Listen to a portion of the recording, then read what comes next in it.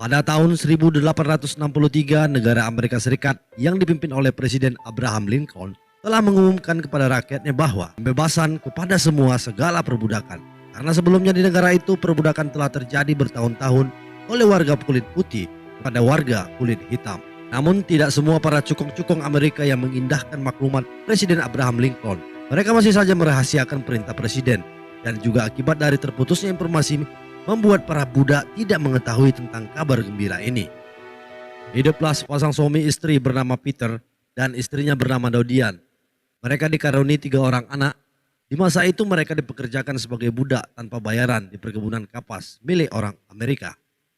Di masa itu para budak bebas diperjualbelikan oleh majikannya, termasuk Peter yang diketahui telah dijual kepada majikan lain untuk dipekerjakan di sebuah kerja rodi untuk pekerjaan lain. Sebelum Peter dibawa oleh para penjaga ke lokasi proyek, dia mengumpulkan anak-anak dan istrinya untuk berdoa meminta perlindungan dari Yang Kuasa. Tampak Peter sedang membasuh kaki istrinya sambil memberikan semangat kepada keluarganya ini. Tak cukup begitu banyak waktu yang diberikan oleh para penjaga untuk berpamitan dengan keluarganya. Peter diseret paksa oleh para penjaga itu untuk dibawa pergi dari tempat itu. Peter mencoba melawan para petugas itu karena perlakuan yang kasar yang diterima Peter dari mereka. Namun Peter malah mendapat serangan bertubi-tubi dari para penjaga itu. Dan mereka mengancam Peter akan membunuh istrinya apabila dia berontak. Lalu kemudian dia dimasukkan ke dalam kandang jeruji seperti kandang hewan, beserta para budak lainnya yang bernasib sama dengan Peter. Anak-anak dan istrinya menyaksikan perlakuan kasar yang dilakukan oleh para penjaga kepada Peter. Sehingga anak laki-laki Peter berlari mengejar mobil tawanan seakan ingin menyelamatkan ayahnya. Namun Peter hanya bisa berteriak dari balik jeruji, berjanji akan kembali kepada mereka semua. Setelah melakukan perjalanan panjang, tibalah para tawanan ini sampai di sebuah lokasi proyek yang ternyata itu adalah proyek pembangunan rel kereta api. Keadaan di tempat ini 10 kali lipat lebih buruk dari tempat Peter sebelumnya. Peter menyaksikan di tempat itu seperti di neraka. Karena semua pekerja diperlakukan sangat tidak manusiawi. Siapapun yang membantah perintah para penjaga, hidupnya akan berakhir di sana. Terlihat juga anjing-anjing penjaga milik para penjajah ikut menjaga lokasi. Apabila ada budak yang mencoba melarikan diri, anjing-anjing ini akan mengejar mereka. Kondisi tempat itu sangatlah memprihatinkan. Mereka dipekerjakan tanpa diberi upah. Terkadang terlihat para penjaga tersebut mencambuk bahkan membunuh para budak yang mencoba untuk membangkang. Suatu waktu Peter sedang bekerja dan mengangkat sebatang kayu bersama budak yang lain bernama Gordon. Saat itu Gordon sangat kelelahan dan terjatuh ke dalam sebuah lubang. Dengan sigap, Peter menolongnya untuk berdiri. Namun yang terjadi malah Peter diancam oleh penjaga karena berani melakukan sesuatu tanpa ada perintah dari majikannya. Tibalah hari menjelang malam, para budak kembali dimasukkan ke dalam penjara. Para budak ini dikumpulkan di dalam penjara ini. Di dalam penjara tersebut, mereka semua menyaksikan seorang budak yang bernama John dilemparkan ke dalam penjara dan menggeliat kesakitan karena siksaan para penjaga dan juga akibat besi panas yang ditempelkan di pipinya. Tampak Thomas, seorang anak muda yang duduk di samping Peter, terlihat sangat ketakutan sambil menangis seperti anak kecil. Melihat itu, Peter yang merasa iba mencoba menghiburnya dengan memberi sugesti ke pikiran Thomas bahwasanya apa yang sedang dialami mereka saat ini hanya sebuah pekerjaan biasa, selayaknya pekerjaan yang biasa dilakukannya dulu. Peter juga memintanya untuk mengingat orang yang dicintainya. Agar Thomas bertahan, Peter juga mengajarkan kepadanya ayat-ayat kitab suci. Namun John yang terbaring di lantai mendengar pembicaraan Thomas dan Peter. Lalu dia menertawakan mereka. John mengatakan kepada Peter, "Hei John, jika Tuhanmu itu ada, tidak mungkin dia membiarkanmu tersiksa di tempat yang terkutuk ini." Keesokan paginya saat semua budak belian ini sedang melakukan pekerjaan, terlihat John sedang bekerja di dekat para penjaga. Tak sengaja Peter mendengar pembicaraan para penjaga ini bahwasanya Presiden Lincoln yang pada saat itu sedang memerintah di negara ini mengumumkan semua budak yang ada harus dibebaskan. Serta sudah banyak budak yang melarikan diri ke Baton Rouge untuk meminta pertolongan dari tentara Presiden Abraham Lincoln. Dan berita itu tentu membuat sebagian penjajah enggan membebaskan para budak ini karena akan berdampak buruk kepada mereka akibat pekerjaan yang sedang mereka lakukan saat ini. Yang itu Peter sedang melakukan pekerjaannya. Dia melihat seorang budak sedang melayani para penjaga yang mengambilkan makanan. Namun setelah diberikan makanan, budak itu malah disiksa oleh penjaga. Melihat itu, Peter memandang marah kepada para penjaga itu, seolah ingin menghajar para penjaga itu. Namun ternyata pandangan tidak sedap itu disadari oleh penjaga dan menodongkan pistolnya kepada Peter, hendak membunuhnya. Namun untungnya Fischl segera melarang anak buahnya itu untuk membunuh Peter. Fischl ini adalah seorang kepala penjaga di proyek ini. Dia melihat hanya Peter yang berani melawan para penjaga. Maka dari itu, ketika malam tiba setelah para budak dimasukkan kembali ke dalam penjara seperti biasanya, Fischl mendatangi Peter dan mengatakan kepadanya bahwa Fischl adalah Tuhannya. Fischl adalah Tuhannya Peter. Hidup dan matinya ada di tangan Fischl. Lalu Peter menjawab dengan tenang bahwa jika dia adalah Tuhannya, maka berikanlah dia daging yang lezat malam ini. Sama seperti dia memberikan daging lezat kepada para anjing-anjingnya. Dengar jawaban Peter, Fischl pun menjadi semakin geram. Karena Fischl menganggap Peter sedang mempermainkan ancamannya. Keesokan paginya Fischl mengikat tangan Peter dan membuatnya berlutut di depan sebuah anjing. Anjing tersebut meraung-raung seolah ingin menerkam Peter. Fischl bermaksud memberi pelajaran kepada Peter. Tibalah saatnya para budak bergantian untuk makan siang. Kali ini adalah giliran makan siang Peter dan teman-temannya. Sambil memantau sekitar, pelan-pelan Peter menceritakan tentang perintah Presiden Abraham Lincoln. Maka dari itu Peter mengajak beberapa budak lainnya untuk bergabung dengannya untuk melarikan diri dari neraka ini. Peter mengatakan untuk selamat dari tempat ini mereka harus berlari selama 5 hari dan pergi melewati danau untuk sampai di sebuah tempat yang aman yang dinamakan dengan Baton Rouge. Sebuah wilayah para tentara Abraham Lincoln mengamankan para budak pelarian. Namun dari beberapa orang yang mendengar ajakan Peter, hanya 3 orang yang mau ikut melarikan diri. Yang lainnya menolak karena takut terbunuh dan melewati rawa itu tidaklah mudah. Walau begitu Peter akan tetap menjalankan aksinya walau hanya beberapa orang saja. Kini tinggal menunggu waktu yang tepat untuk mereka bergerak. Siang itu ketika semua budak sedang bekerja, tiba-tiba salah seorang budak yang sudah lanjut usia meninggal di tempat akibat kelelahan. Penjaga meminta Peter untuk membawa mayat tersebut dan menguburkannya di sebuah lubang kuburan massal. Peter menyadari ini adalah kesempatan yang bagus untuk melarikan diri dari tempat terkutuk ini. Pelan-pelan Peter mengambil sekopnya sambil memperhatikan gerak-gerik penjaga yang berdiri di sampingnya. Peter melihat penjaga tersebut siaga dengan menarik pelatuk pistol. Menyadari hal itu, dengan sigap Peter menyiramkan pasir ke arah penjaga serta memukul penjaga tersebut dengan sekop milik Peter. Kekacauan pun terjadi. Peter mengambil pisau penjaga sebelum melarikan diri ke hutan. Dan ketika kekacauan terjadi, semua budak pun mengambil kesempatan ini untuk melarikan diri. Namun tidak banyak budak yang selamat dari penjagaan. Para penjaga segera melepaskan tembakan berkali-kali ke arah para budak yang mencoba melarikan diri. Kini Peter, John, Gordon, dan Thomas berhasil melarikan diri ke dalam hutan dengan status disertir. Mereka kemudian diburu oleh Fischl dan 2 orang penjaga lainnya. Peter dan 3 orang temannya tak punya waktu untuk menunggu. Mereka semua berlari sekencang mungkin menelusuri hutan untuk menemukan jalan menuju Baton Rouge. Fischl beserta anak buahnya terus mengejar para budak yang melarikan diri itu dengan dibantu anjing-anjing kesayangannya. Anjing-anjing itu akan menunjukkan jejak para budak dengan mencium bau amis dari para budak. Sampailah di tepi rawa, mereka memutuskan untuk terus berlari menyeberangi rawa. Namun Thomas berhenti dan tidak melanjutkan perjalanannya karena takut diterkam oleh buaya-buaya penghuni rawa. Namun Peter dan 2 orang lainnya tetap berjalan tanpa memperdulikan Thomas. Karena tidak ada waktu lagi untuk memikirkan nasib Thomas. Dan akhirnya mereka sampai di seberang rawa dengan selamat. Namun Thomas tertangkap oleh Fischl dan anak buahnya. Fischl menghalau anjing-anjing yang sedari tadi menyerang Thomas. Serta menawarkan kerjasama kepadanya untuk memberitahukan kemana tujuan 3 orang temannya itu. Dengan imbalan Thomas akan dibebaskan. Thomas yang ketakutan akhirnya memberitahukan tujuan teman-temannya itu. Lalu Thomas dibiarkan pergi. Namun hanya beberapa meter Thomas berjalan, Fischl menembaknya hingga tewas. Lalu buaya-buaya penghuni rawa itu pun berpesta pora. Tibalah mereka bertiga sampai di sebuah persimpangan karena jalan terbaik untuk menuju Baton Rouge harus melewati rawa yang berikutnya. Namun John tidak peduli dengan perintah Peter karena John merasa tidak ada yang bisa memerintahnya saat ini. John lebih memilih melewati tanah kering karena John mempunyai senjata api yang dirampasnya dari para penjaga. Akhirnya mereka bertiga pun berpisah dan berpencar mencari jalan masing-masing. Peter berlari ke arah rawa berikutnya.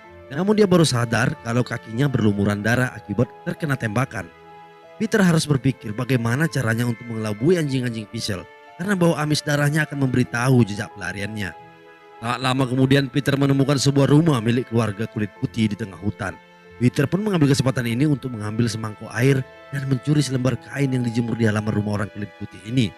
Namun seorang bocah yang melihat Peter berlari berteriak-teriak sambil membunyikan lonceng sehingga Fischl menemukan jejaknya dan mengejarnya kembali ke dalam hutan.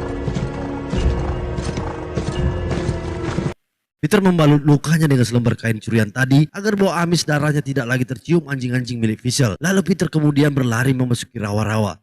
Sementara itu Fischl dan anjingnya terus mengejar Peter. Sesampainya di tepi rawa yang dalam, Peter kembali melepas kain balutan lukanya dan menyembunyikan di balik kayu lapuk untuk mengelabui penciuman anjing-anjing Fischl. Sementara itu Peter masuk ke tengah rawa yang dalam dan menyelam pelan sambil menahan napasnya sesaat agar tidak ditemukan oleh Fischl. Fischl dan temannya mengira Peter menyeberangi rawa yang penuh buaya itu dan meyakini bahwa Peter pasti sudah mati ditelan oleh buaya penghuni rawa. Beberapa saat Peter menahan napas di dalam air rawa, akhirnya dia muncul ke permukaan dengan wajah ketakutan. Dia melihat situasi sudah aman, para penjaga sudah pergi meninggalkannya di danau itu. Namun tiba-tiba saat Peter hendak naik ke atas tanah, seekor buaya ganas menariknya dari bawah air. Buaya tersebut dengan ganasnya menyerang Peter. Namun Peter berusaha melawannya dengan sebatang kayu dan pisau. Peter berhasil membunuh buaya tersebut. Di tempat lain, Dodian, istrinya Peter, tiba-tiba terbangun akibat mimpi buruk yang dialaminya. Dia melihat dalam mimpinya suaminya dalam bahaya yang besar. Dodian kemudian memeluk anak-anaknya yang juga ikut terbangun di malam itu. Dodian meyakini bahwa suaminya adalah laki-laki yang kuat dan pasti akan kembali menjemput mereka. Di lain tempat, Fischl dan anak buahnya menemukan buaya yang mati terdampar di tepi rawa. Lalu anak buah Fischl menarik bangkai buaya tersebut dan membelah perutnya. Mereka mengira Peter telah mati ditelan buaya. Namun yang mereka temukan isi perut buaya itu ternyata kosong. Melihat itu, Fischl semakin tertantang akan keahlian yang dimiliki oleh Peter. Dan mereka pun memutuskan untuk berkemah di tengah hutan dan akan melanjutkan pengejaran ketika hari sudah terang. Keesokan paginya Peter menemukan sebuah rumah pohon yang tak berpenghuni. Dan dia menemukan sebuah perahu kecil yang bisa digunakannya untuk menyeberang rawa yang dalam. Lalu Peter mendayung perahu tersebut ke tengah rawa yang dalam dan melanjutkan perjalanannya. Sementara itu di lain sisi, Dodian, istrinya Peter, didatangi oleh seorang majikannya dan mengatakan bahwa dia sudah dijual kepada majikan lain. Dan majikannya tersebut meminta untuk turut perintah. Namun Dodian tidak diizinkan untuk membawa anak-anaknya. Dodian dijanjikan oleh majikannya akan memberikan suami baru kepadanya sesampainya di sana nanti. Namun mendengar kabar dari majikan tersebut, Dodian begitu terluka. Karena tidak mungkin dia akan meninggalkan anak-anaknya. Dan juga dia sangat yakin Peter tak lama lagi akan kembali menjemput mereka di tempat ini. Lalu siangnya Dodian mengajak putrinya untuk menemuinya di sebuah ruang produksi kapas yang dipenuhi dengan mesin-mesin penggiling. Lalu dia menaruh tangannya di atas mesin penggiling dan meminta putrinya untuk menyalakan mesin giling tersebut. Awalnya putrinya menolak dan memperingatkan Dodian. Namun Dodian memaksa putrinya untuk tetap melakukannya dengan alasan agar mereka tetap bersama di tempat itu. Di lain tempat, tampak jejak Peter diketahui oleh Fischl dan anak buahnya berkat penciuman anjing-anjingnya itu. Sementara itu Peter terus berlari ke arah hutan dan tanpa sengaja di tengah hutan di antara pepohonan dia bertemu dengan John, temannya yang waktu itu kabur di awal tadi. Namun John marah kepada Peter karena Peter telah menggiring anjing pelacak untuk menemukan persembunyiannya. Namun di tengah mereka berdebat, tiba-tiba suara gonggongan anjing-anjing Fischl terdengar sangat dekat. Itu artinya Fischl dan anak buahnya telah dekat dengan posisi mereka. Lalu mereka berdua berpencar untuk bersembunyi dari kejaran Fischl. John memanjat pohon besar sementara Peter bersembunyi di akar pepohonan. Namun nasib sial dialami oleh John karena anjing-anjing milik Fischl mengetahui persembunyiannya. Lalu anak buahnya Fischl mengancamnya untuk turun sambil menembakkan pistolnya ke atas. Awalnya John mencoba melawan para penjaga itu. Namun ternyata dari kejauhan Fischl menembak John dan akhirnya dia terjatuh ke lumpur. Ketika John sudah terkapar di atas lumpur, Fischl mendatanginya sambil mengarahkan senapannya tepat di wajah John.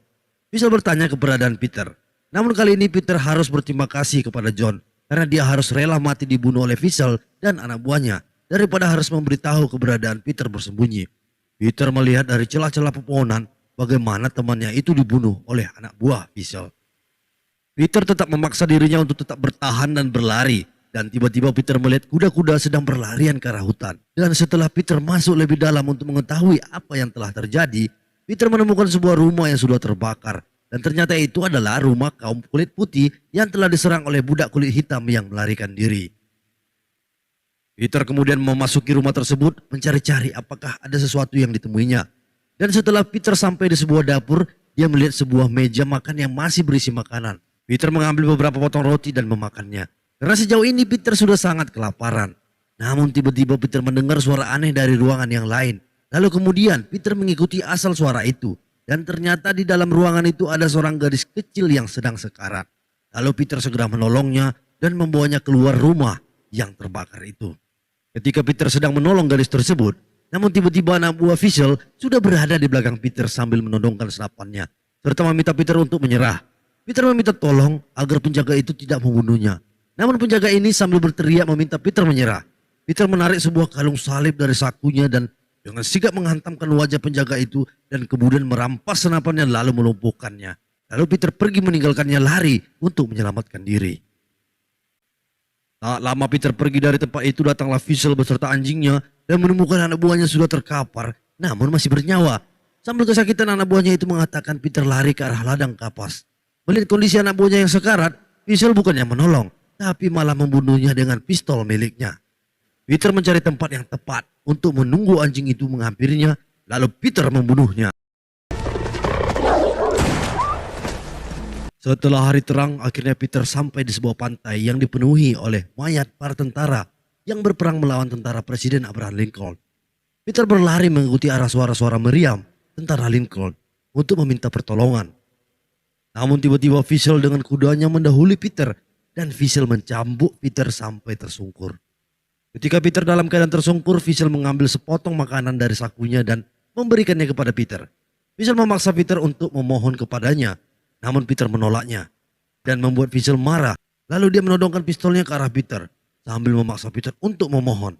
Fischl mengingatkan Peter jika dialah Tuhannya. Namun sebelum Fischl menarik pelatu pistolnya, seorang tentara Lincoln terlebih dahulu membunuh Fischl dari belakang. Setelah Fischl tewas, para tentara ini kemudian menyelamatkan Peter dan membawanya ke sebuah pengungsian di Baton Rouge. Peter dirawat oleh para suster dan perawat. Keesokan paginya setelah Peter kembali sehat, dia dibawa ke sebuah tempat pendataan nama-nama orang-orang pelarian. Peter menyangka dia akan dipertemukan dengan istri dan anak-anaknya. Namun kenyataannya para tentara ini malah memberinya dua pilihan, yaitu tetap bekerja sebagai budak atau ikut bergabung dalam militer untuk berperang melawan pemberontak. Karena sejatinya para pelarian ini diselamatkan bukan untuk bebas, melainkan mereka tetap sebagai budak curian dari majikan lain. Karena tidak ada pilihan lain, Peter harus ikut bergabung di militer agar dia bisa bertemu dengan keluarganya kembali. Keesokan paginya, Peter pergi ke tenda tempat para tentara yang baru saja direkrut. Di sana Peter akan didaftarkan sebagai tentara dan mendapatkan seragam militernya. Peter disambut oleh seorang tentara yang menyelamatkannya di pantai tadi. Namun tiba-tiba ketika Peter sedang mengobrol dengan tentara itu, dia didatangi oleh dua orang wartawan. Mereka ingin mengambil foto Peter. Karena kabarnya Peter adalah salah satu budak yang selamat dari perbudakan yang paling mengerikan di dunia. Mereka melihat tubuh Peter penuh cambukan dan mereka pun memotretnya. Foto ini bermaksud akan menunjukkan kepada dunia bahwa perbudakan yang dialami oleh Peter adalah perbuatan yang tidak manusiawi. Lalu kemudian Peter dibawa seorang prajurit ke hadapan kapten perang. Terlihat kapten tersebut sedang mengatur strategi untuk menyerang para tentara pembelot. Kapten tersebut melihat kedatangan Peter dan menanyainya tentang kemampuannya berperang. Kapten tersebut awalnya ragu dengan kemampuan Peter. Saat kapten tersebut melihat foto Peter yang penuh dengan cambukan, yang berarti Peter adalah seorang yang pembangkang. Lalu kapten tersebut meminta tentara itu membawa Peter pergi. Namun Peter tetap berdiri di sana. Dan dengan tekad kuat, dia mengatakan kalau dia sangat mampu memerangi para tentara penjajah ini. Semua hal yang mengerikan sudah dijalaninya. Dan sampai saat ini, dia masih akan bertekad akan berperang melawan mereka. Dan melihat tekad itu, kapten pun mengizinkannya untuk ikut bergabung berperang. Keesokan pagi, para tentara ini termasuk Peter dibawa ke dalam medan pertempuran. Terlihat komandan mereka memberi semangat perang kepada para tentara ini. Mereka bergerak maju tanpa gentar. Di antara suara-suara tembakan meriam. Satu persatu tentara ini tumbang akibat tembakan. Namun sejauh ini Peter masih selamat dalam peperangan. Sebuah ledakan meriam yang mengenai parit membuat Peter terlempar jauh ke sebuah genangan air. Dan membuat dia tak sadarkan diri dalam beberapa menit. Para tentara ini terus maju menyerang lawan tanpa henti. Peter yang tersadar dari pingsannya melihat pertempuran belum selesai. Peter melihat rekan-rekannya sudah banyak yang tewas akibat serangan musuh. Namun dengan semangat mereka yang pantang menyerah, akhirnya mereka berhasil memukul hancur para tentara-tentara musuh dan mereka memenangkan peperangan ini. Setelah peperangan dimenangkan oleh mereka, para tentara ini mendatangi perkebunan kapas milik orang kulit putih, serta mengusir dan menjarah semua barang-barang milik orang kaum kulit putih. Para tentara ini berhenti di antara para budak yang selama ini dipekerjakan di perkebunan ini. Awalnya para budak ini bingung dengan kedatangan para tentara. Namun komandan tentara ini mengumumkan sebuah kabar tentang kemerdekaan yang mereka terima saat ini. dan semuanya pun menangis gembira karena bebas dari perbudakan. Peter mencari-cari anak dan istrinya sambil berteriak. Namun Peter tidak menemui keluarganya di mana-mana. Lalu Peter mencari-cari ke dalam rumah-rumah, namun tetap dia tidak menemukannya. Peter berpikir keluarganya sudah meninggal. Dia menenangkan pikirannya sejenak dan melihat ke sebuah arah, di mana di sana dia melihat anaknya dan istrinya berada. Peter segera berlari memeluk keluarganya itu sambil menangis bahagia. Tamat.